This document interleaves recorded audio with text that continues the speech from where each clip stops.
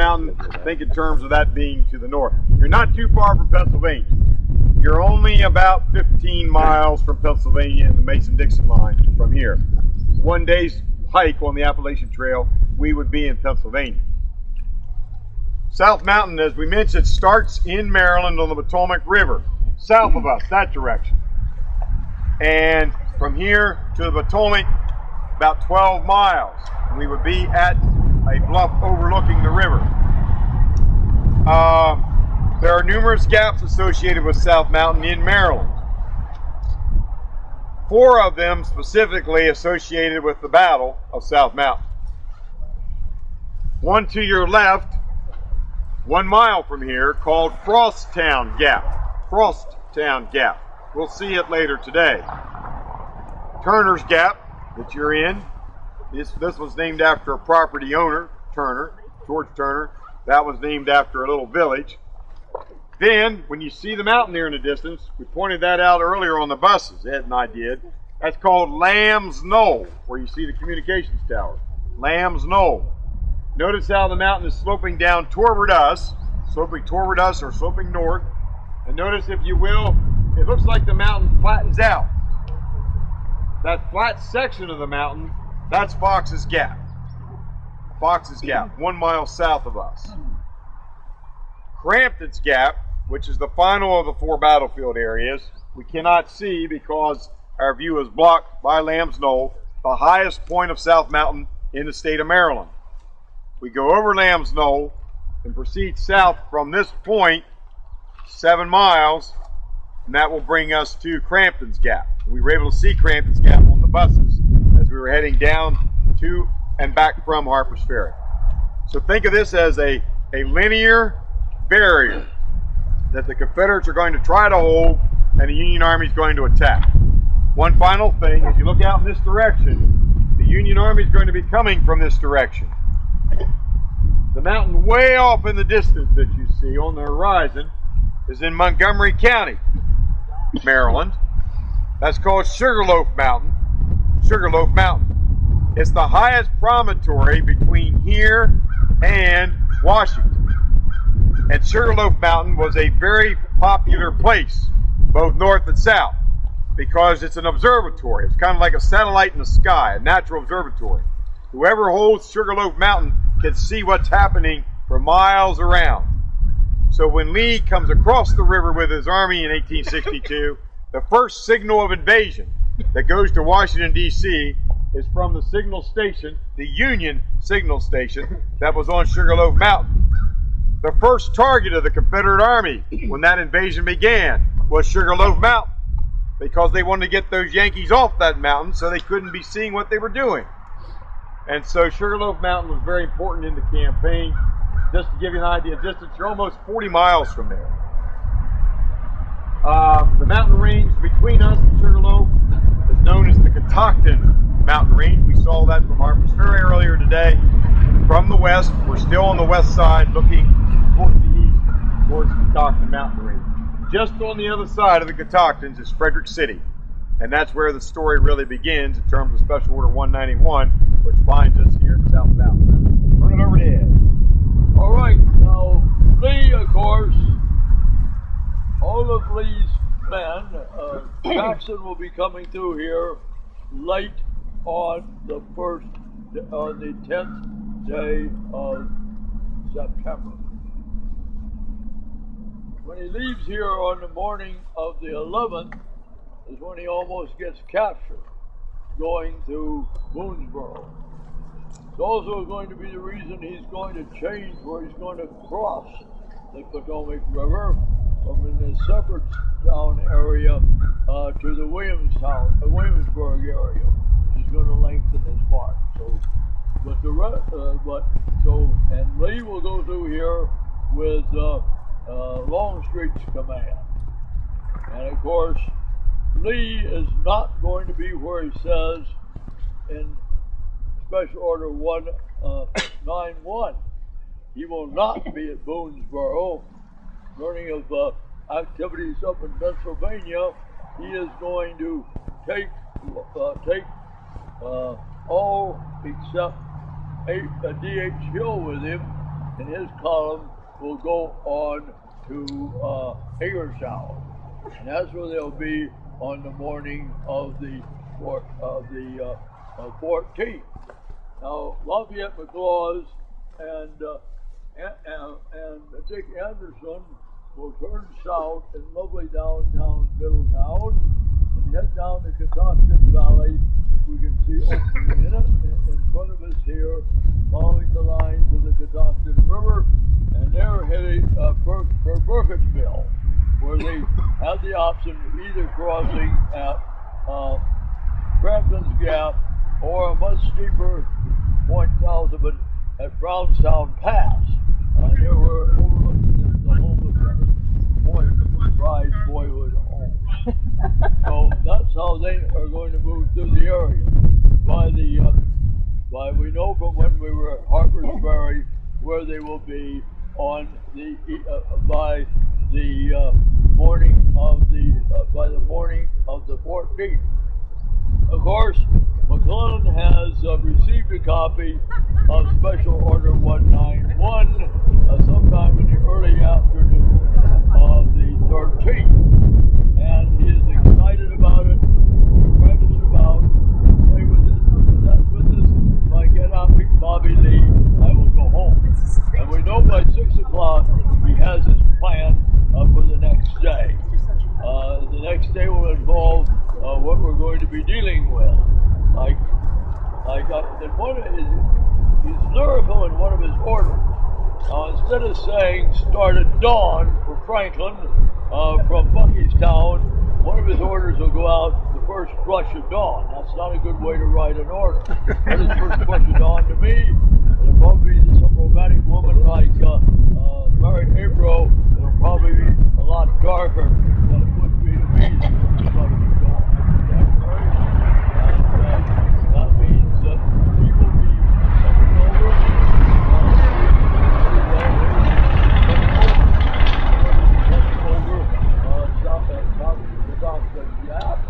He's going to be up there about getting about 9:30 or so.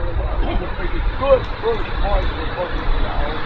He's going to be we'll point out where he is when we're down at Burkittsville. He comes across the gap there. The guy who was following in this moving was much celerity. That's the rider's couch. Don't call him Cooch. It's a couch. And he will not get to Burkittsville until after the battle is over. So he's not. So that means that even if Franklin didn't have enough men, he'll have 4,000 more men with Couch. That's where we're going first. Now, what is going to be important here is going to be, and we'll talk more detail on what's going to take. McClellan is going to advance 2 corps on the old National Road, the route that Lee has taken.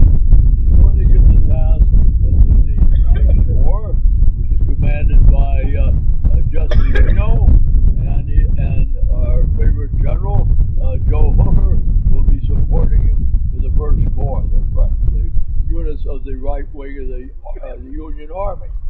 And the first person to arrive in this area, because his lead division spends the night in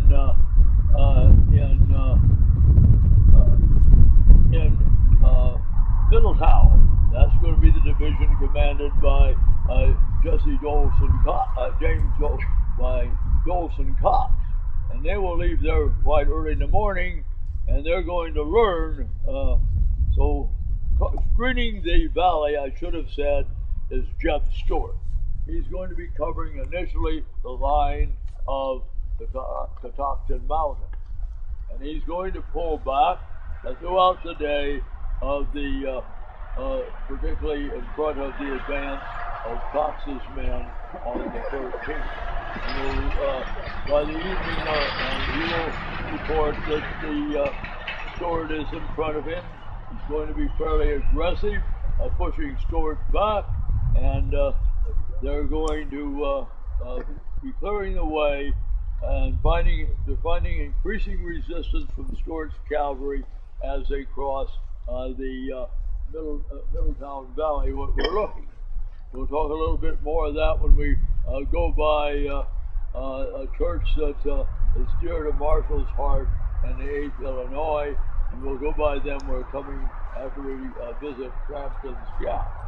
So when again, we'll go into more detail how Cox, when he's coming out, back in Frederick on the 12th, there's been vicious fighting in the streets of downtown Frederick, in which Wade Hampton, the Confederate rear guard, had clashed with August Moore, a good German boy, and in the fighting, Moore had been captured, and Moore will be taken across the South Mountain here, and people had honor then. When he gives his parole on the evening of the 13th and 14th, he promises that he will not give the Federals any information on the enemy's disposition. That's his parole. And when our friend Jacob Dolson Cox approaches the bridge across the Catoctin, who does he see sitting there? He sees none other than Gus Moore. And Gus Moore will say one thing: by God, look out ahead. That's all he's going to say. But that's going to be enough words to let Jacob Dolson Cox know that something is up ahead that's going to give him a lot of trouble. That's when he's going to turn off on the road, the old Sharpsburg Road, that will take him to Fox's Gap. We're going to be later on. And then, of course, that's going to be the place where the 9th Corps will be engaged, beginning early in the morning, and the fighting will continue all day as we get to go there. The first of Hooker's Corps, when it starts arriving, will be about 1 o'clock in the afternoon, and they will be coming along the National Road. The engagement is already in progress there, and there Hooker will hold his men and turn them to the right and turn them northward to cross the South Mountain cross South Mountain by the 4th Gap that Dennis mentioned to the north of us here, and that's where he'll move up there. We'll pick him up except for one of his brigades, brigade commanded by John Gibbon. So Lee, of course, is going to have a good break, because just at dusk, or maybe a little later, on the 13th, Jeb Stuart runs into a civilian from Frederick. The civilian is pro-Confederate and has been at McClellan's headquarters. He doesn't know about Special Order 191, but he can see a lot of activity at McClellan's headquarters, evidently implementing that order that McClellan had issued about 6 o'clock for his advance the next day. And the civilian will come back and will meet Jeb Stuart and tell Jeb Stuart, I think something big is up. The Union Army is going to move next day. He's making a wise decision on a fragment of information.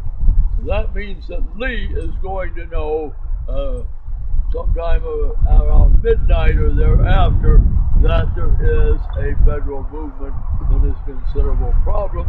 So that means that Lee will leave Longstreet. Now it was Longstreet and his force will leave Hagerstown about 7 o'clock in the morning coming this way. The thing to remember is Lee will either be riding in an ambulance or he will be riding a horse and leading.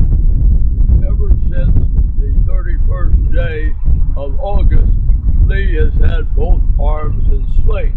He fallen, just like if Bill Shepard fell, he'd throw his hands in front of him, and he would, if he fell hard and is facing downhill, you would break something or strain something in your hand. So Lee has a broken bone in his left wrist. He's going to have a badly sprained ligaments in his right arm.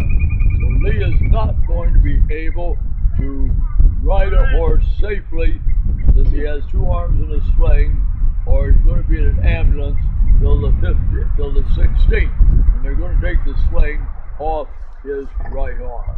So when the Battle of Antietam takes place, his left arm is going to be in a sling throughout the day. This is a good place to get a good view. Now, one of the best things the stories, D.H. Hill writes a wonderful account of what he sees it up here. He's going to be from up in here or on the other side of the hill probably, and he gets a good view of Braddock Heights. And you can see this huge army. And he's going to get rather lyrical about it, going back to the ancient times, talking about this mighty army that he sees coming over Braddock Heights, toiling down the mountain, seemingly endless multitude coming toward him. Talk about how horribly alone he feels, because his division is less than 5,000 men. He doesn't know when and if Lee is going to get here, and you can just imagine the strain he is. Now, it shouldn't really bother. This is a Presbyterian. He's going to believe in predestination. Predestination is get the S beaten out of him. The Lord will decide. He's going to attack him all at the same time. He's a true believer.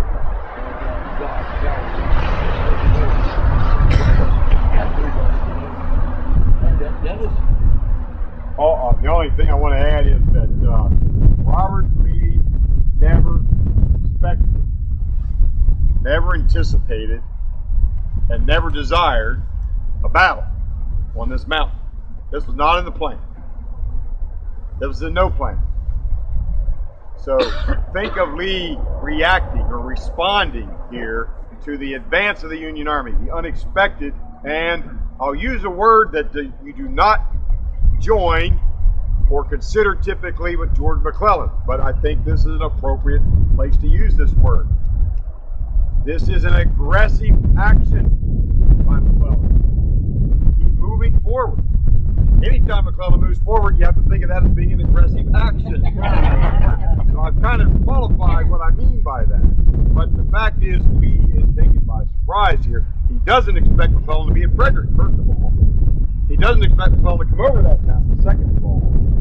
And finally, that he is coming at this mountain at different points of view, perspectives, angles to hit it, which appear to be simultaneous, obviously to protect or try to relieve the siege on Harper's Ferry, and obviously to try to cut Lee off from Lee getting back across the Potomac River, as I mentioned last night. This is not good news for Robert E. Lee.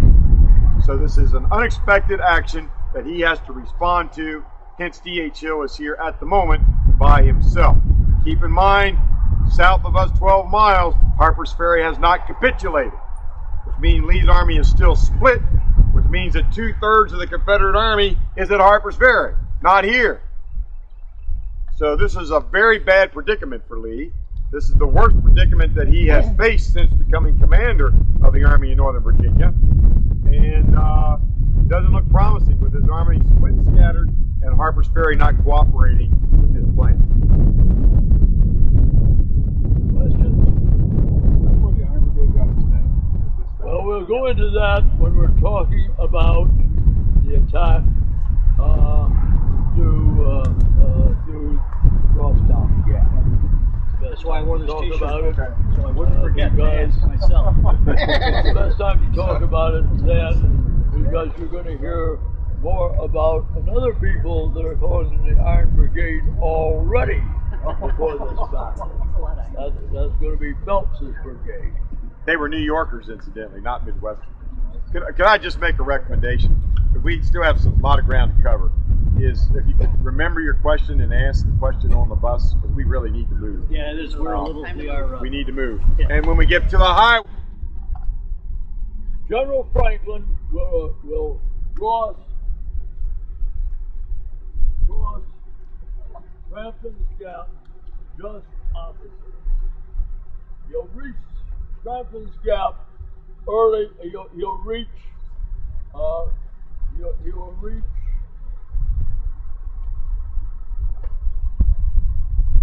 You'll reach the mountain up there about 9 o'clock in the morning. He's made good time. He decides to wait for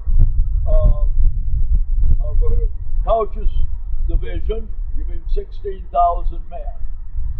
You arrive here back at the village of Burgersville about noon on that day, and he will, in essence, he and Slocum are going to turn over the plan of deployment to Colonel Frye. When they arrive here, they're going to deploy Slocum's division on the left. On the right. Slocum, when he deploys his division, is going to have Corbett's brigade on the far left. That's going to be 4 New Jersey regiments. They're going to be about 1/2 mile in front of you, or 1/2 mile in back of me. Taking position on Corbett's right will be Bartlett's brigade, 18th New York, 32nd New York, 96th Pennsylvania, 5th Maine, and 16th New York. Newton's brigade will be in reserve. Slocum has a little over 6,000 men. Deploying on the left is going to be Goldie Smith's division. Goldie Smith will deploy on the south side of the Gaplin Road. The brigade commanded by the Vermont Brigade, commanded by Bully Brooks. This is the old Vermont Brigade. The 2nd, 3rd, 4th, 5th, and 6th. Hancock will be deployed in reserve, will be looking toward Brownstown Gap. That's the next gap a mile south of us. It's very steep. You get Brownstown Gap, go down, you're almost looking over Dennis Frye's boyhood home.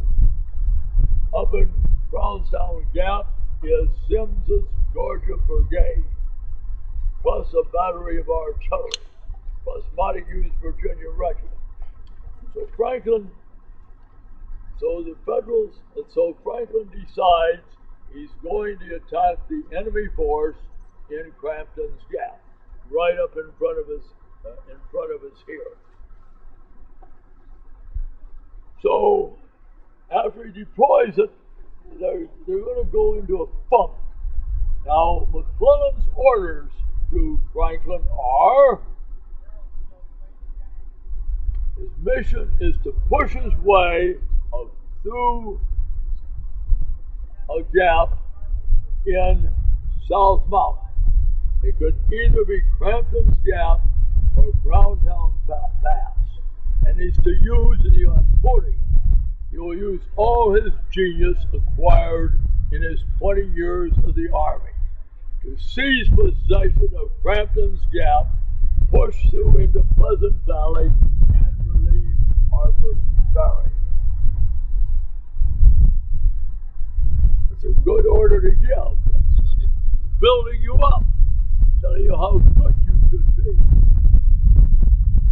Franklin has gone into a funk that makes McClellan look like a speedy Gonzales. So, really, who's going to come up with a plan of what they're going to do is going to be Colonel Bartlett, the brigade commander. And they're going to have a staff. Before in the government, what is the most worst thing you pay for?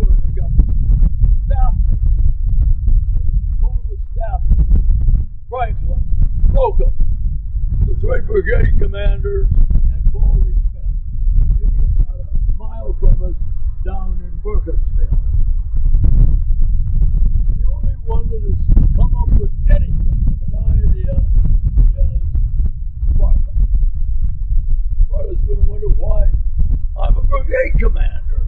Why am I coming up with this plan? Because Franklin and Slocum can't come up to it now. My friend Mark Snell chose I said it on my bus, the most wonderful title for his biography of Franklin, from first to last. Number one in the class of West Point in 1843. U.S. Grant number 21. What is Franklin? First to last. Last means an ability as a soldier. So the plan they're going to come up to is they're going to have a bombardment. They're going to then advance the two brigades in attack. They're going to have guiding on the Gaplin Road with his left flank is going to be Torbert's brigade. They have not done well, particularly the 4th New Jersey has lost the colors and lost a lot of men at the Battle of Gaines Mill. And on the right is going to be Bartlett, and Newton is going to be in reserve. And on the other side, the south side of Gaplin Road, is going to be Bully Brooks. And that's who's going to attack. But the fact is going to be they have squandered more than 4 hours. What about that intellect and everything you've absorbed in 20 years in the Army to seize a gap and relieve Harper's Ferry? Now the Confederate force holding this line here is 1,200 men. In Slocum's division, there are over 6,000. Throw in Baldy Smith's men, you're up to over 8,000 men. The Confederates are 1,200. The cavalry regiment, the 2nd Virginia Cavalry, is fighting dismounted. And they're behind it. Now remember at that time, and when we get before we turn into Gaplin Road, you are going to see the remains of the stone wall. At the time of the Civil War, the stone wall extended the entire length of Mountain Road. Now in the meantime, Howell Cobb has been down near the Potomac River, down near where Pleasant Valley opens in onto the Potomac River. So Howell Cobb is told to take his brigade, and he's going to he's going to be told, this is of course on the 14th, it's going to be around noon, to take his brigade, and he is to proceed north of Pleasant Valley. He is going to report to Sims when he gets near Brownstown and find out where the danger is. He's going to spend some time talking to Sims.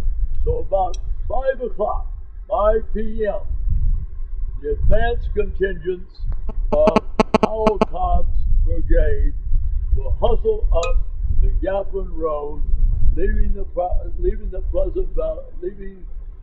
Pleasant Valley, and arrive up at Crampton's Gap. When he arrives at Crampton's Gap, he's going to tell the 15th North Carolina, move down the Arnoldstown Road. When you see him moving down the Arnoldstown Road, he's going to back up the Confederate troops on the extreme left. He's going to tell the 24th Georgia, you move into Wimp's Hollow. And that is, there's no woods in Wimp's Hollow. That's where the 24th North Carolina and the 24th Georgia they're largely Irish. Not as Irish as any of those regiments in Mahar's brigade. Then they're going to send the 18th Georgia down on their right flank, and on the right flank of the 18th Georgia is going to be the infantry of Cobb's Legion, about 200 men, commanded by Jefferson Lamar. It's going to be a bad day for the Lamars. William Howell Cobb is married in the Lamar family. Now the Union troops will advance. And you've got a good, particularly when you get further to the north, you've got a much better field of fire where those dairy farms are there. That means that you're on Bartlett's brigade, you're going to get a lot more fire from the Confederates as you close on that stone wall. Here the New Jersey brigades will move in rushes. They're going to move 2 regiments out in front, 2 regiments in support. 2 regiments in support will pass the 2 regiments that are up ahead, and they'll leapfrog up. Just about the time the Howell Cobb's men are arriving, the Federals are now close to about that distance from us. They're in Bartlett's brigade. Bartlett's brigade is even closer, and the Confederates now note 1,200 men being attacked by 8,000 men. Their nerves are beginning to fail them. They've been giving them a lot of punishment as they close. But as they get closer and closer, the Confederates begin to pull out from behind the stone wall. The men who are not of iron will begin to filter back up the grade here. As the Union comes closer and closer, and those bayonets get shinier and shinier of you, and soon the entire Confederate line collapses and is climbing up the mountain, which we're going to find rather steep. Now, what is going to happen when Cobb, 18th Georgia, 24th Georgia, the North Carolina regiment sees them coming? They've got a moving shield going in front of the Federals. They've got these fleeing Confederates coming up. You've got a color bearer as big as Ted Alexander running up that mountain from the 12th Georgia. The 12th Virginia. So they're going to, the Confederate line has not been attacked. But once it's attacked at 5, by 5:30 it's collapsed. And they're retreating up the slope, pursued by the Confederates, running into the Georgians before they stabilize the position. And it's easier to talk about it from up there, where the final denouement will come. So, and by 6 o'clock, the Yankees will hold the gap. They will have captured. Talk more about the new Confederate cannons there, the Sally Frye. Now, Mary Molly's there after the Sally Frye. Reminds me, it would be the Mary Albro with the Sally Craig. Sally Craig was a young gal from Athens, Georgia, going to a finishing school up in Philadelphia. And those horrible Yankees taunted her unmercifully. And she gave it back to those Yankee girls who were in the same school with her. So when they organized the troop artillery from Athens, Georgia, they named one of the guns the Sally Craig. The lady likes naming cannon. Their other cannon is the Jenny. I don't know who the Jenny is. The one is Sally Craig. There's going to be some help with the Confederates. Now we'll do a brief stop up there, turn it over to my friend Dennis.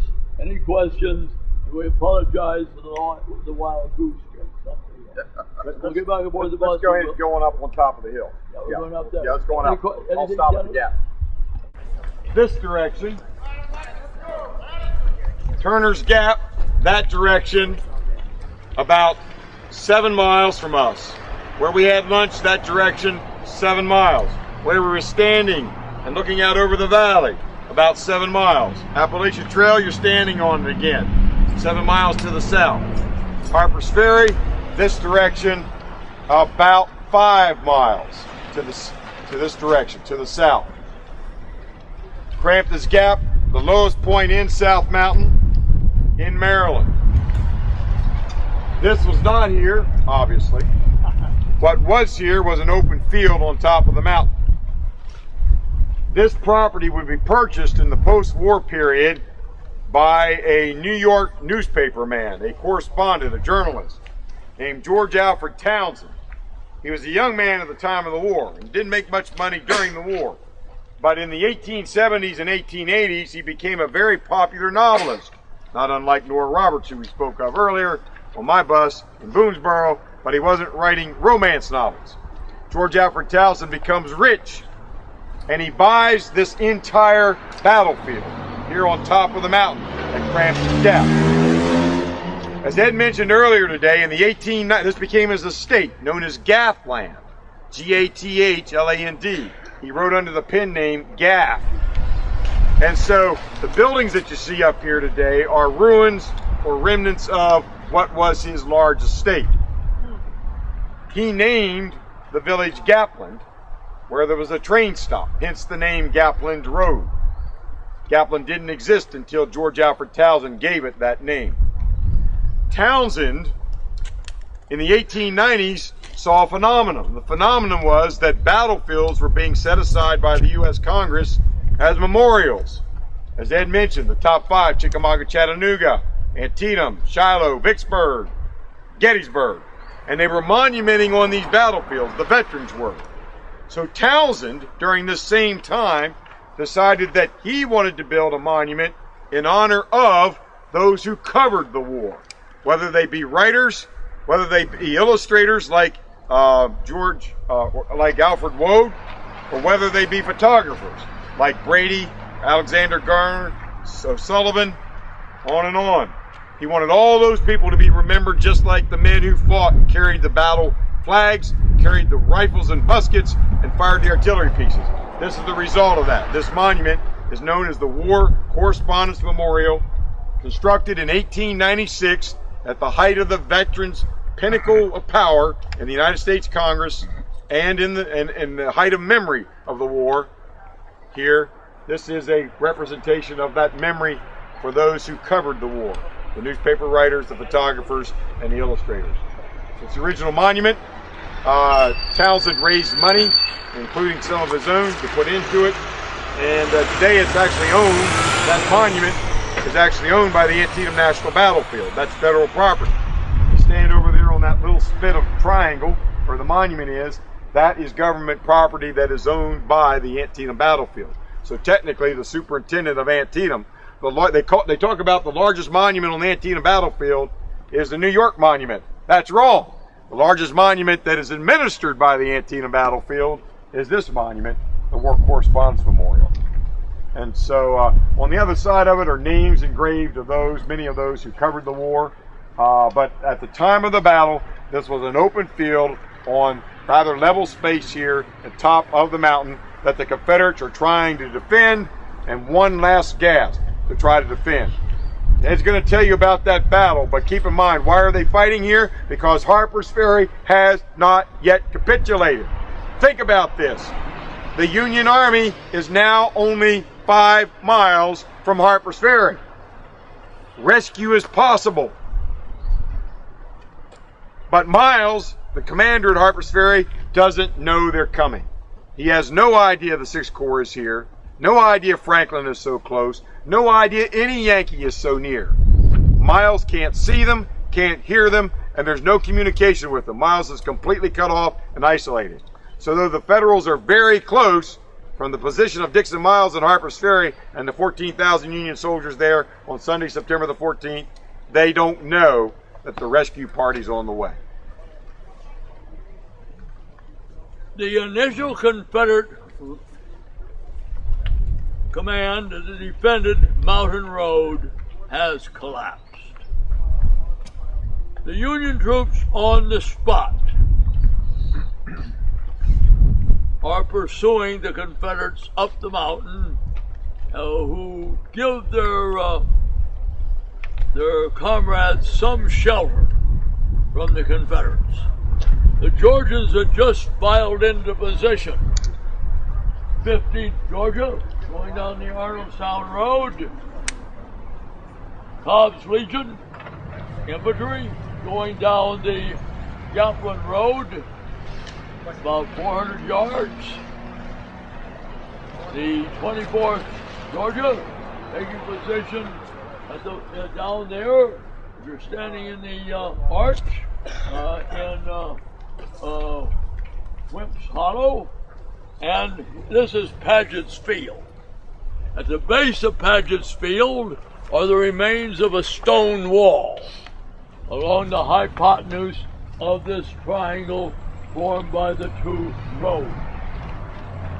So the Confederates have had very little time. Just as before the Federals arrive a section of artillery from Athens, Georgia, commanded by Lieutenant Jennings of the Troop Artillery, consisting of two guns, the Jenny and the Sally Craig. No background on who Jenny is. I give you the background on Sally Craig. She's the Confederate answer to that young lady that taunted the Confederates when they marched through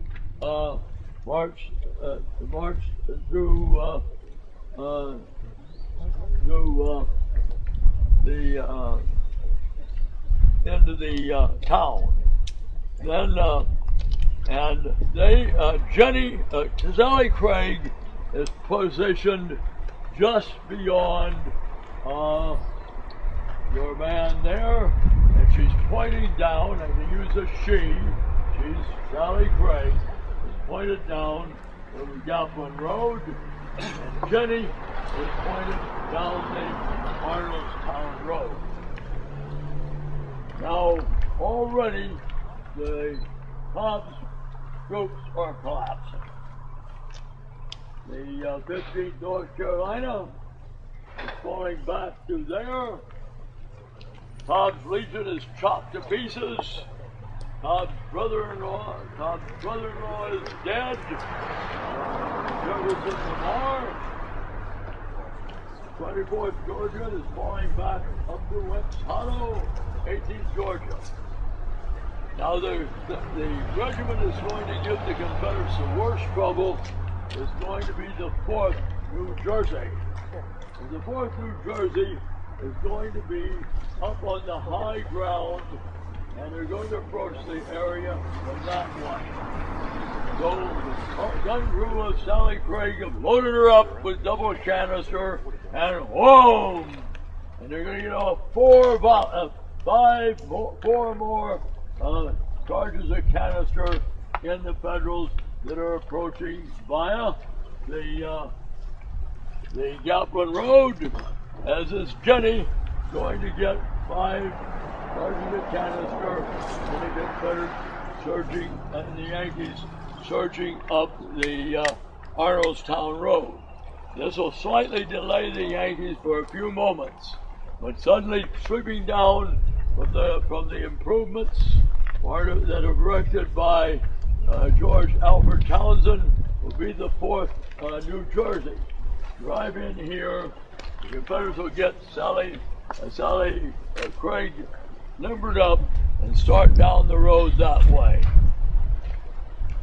Another member of the Lamar family standing near Howell Cobb, a portly man. He's a round man. He's with a flag trying to halt the men and rally them. As he's doing it, his brother-in-law, his wife's brother, will be shot down and killed.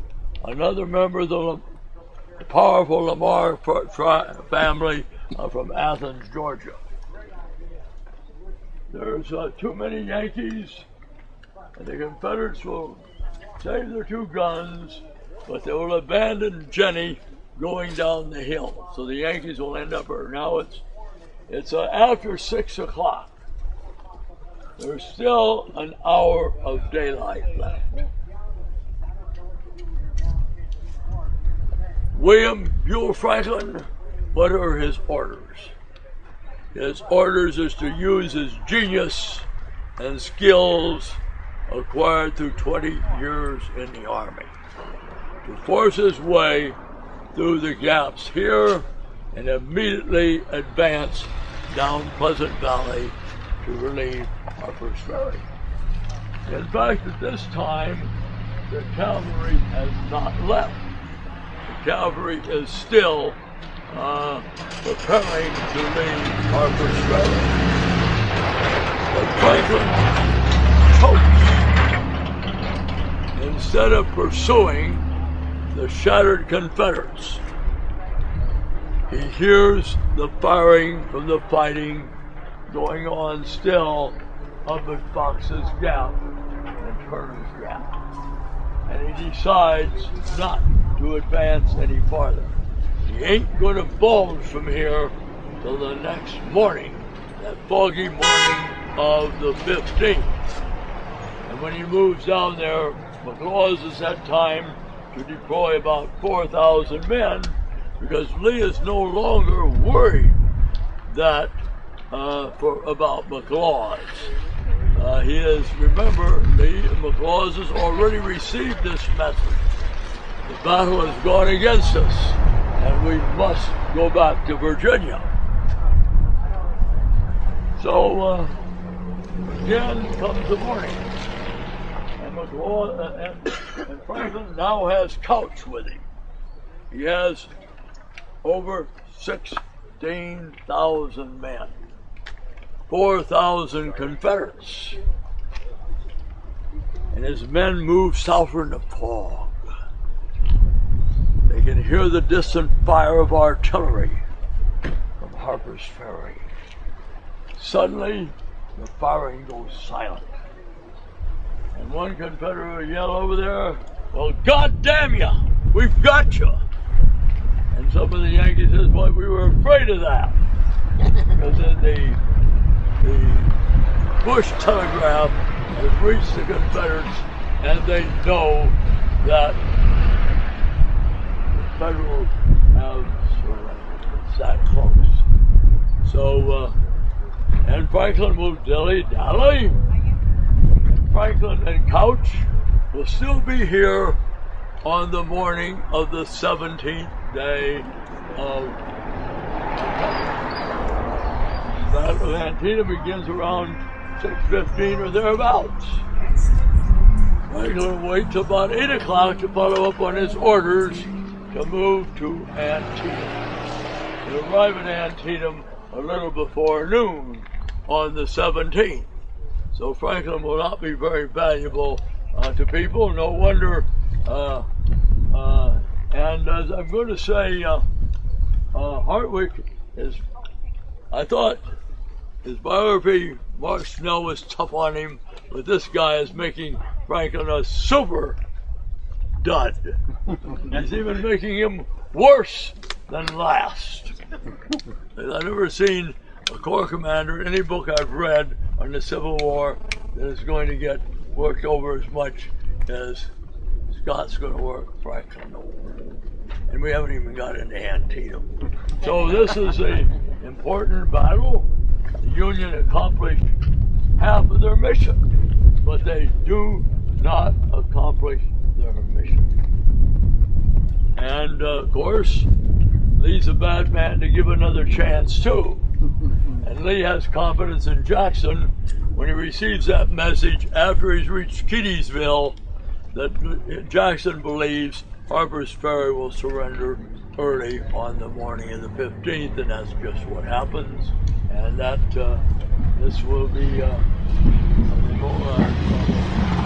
rather exciting, might have been, but it never comes across. And I'll turn it over to Dennis for any remarks, and then we'll probably, since we've got 2 more gaps to cover, and we haven't got, and time is working on us, we may have to do dispense and have our question and answer period tonight at the lecture or on the bus, and let Dennis have a whack at summing it up, and we'll head for Fox's Gap.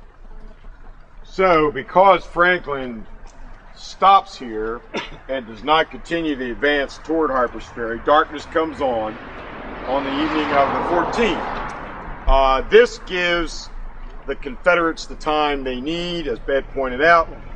While Franklin has stalled here, what's happening at Harper's Ferry, that's the same night, the 14th, that A.P. Hill's conducting his flank maneuver around the Union Army on Bolivar Heights. It's the same night that Jackson's using the feint assault against the Federals on Bolivar Heights.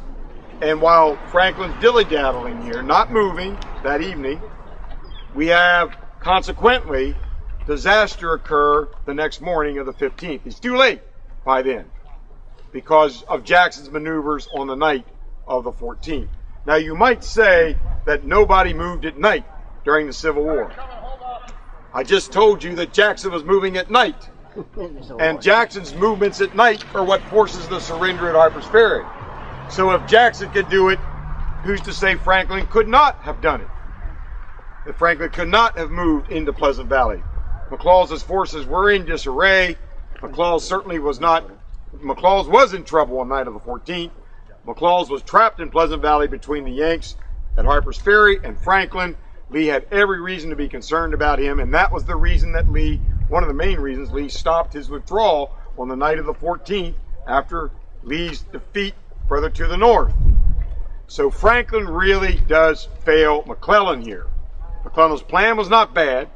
McClellan actually picked the right person to do it in that Franklin's force had been hugging the Potomac River. Franklin's men were closest to Harper's Ferry. Their line of march was most direct to Harper's Ferry. It would not have made for any sense for McClellan to bring somebody else down here to do this. McClellan's orders are direct. I think they say exactly what needs to be done. As Ed pointed out, Franklin failed.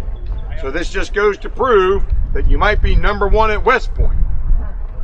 And you might be the chief engineer responsible for building the Capitol down, as Franklin was when the war breaks out. But smart does not necessarily translate to smart on the battlefield.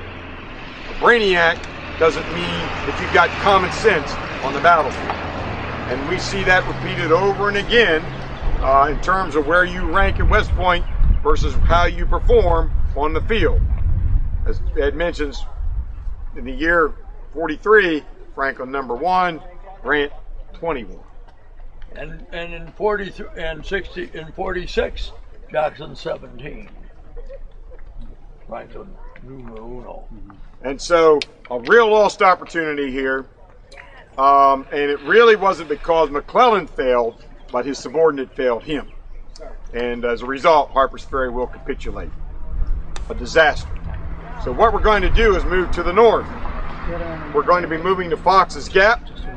We're going to go to the fighting area that was the most intense, longest, enduring fighting of the day and the bloodiest part of the Battle of South Mountain, which is where McClellan's force under Burnside was attacking. There they weren't daddling and diddling around as we saw here. So let's go ahead and load up and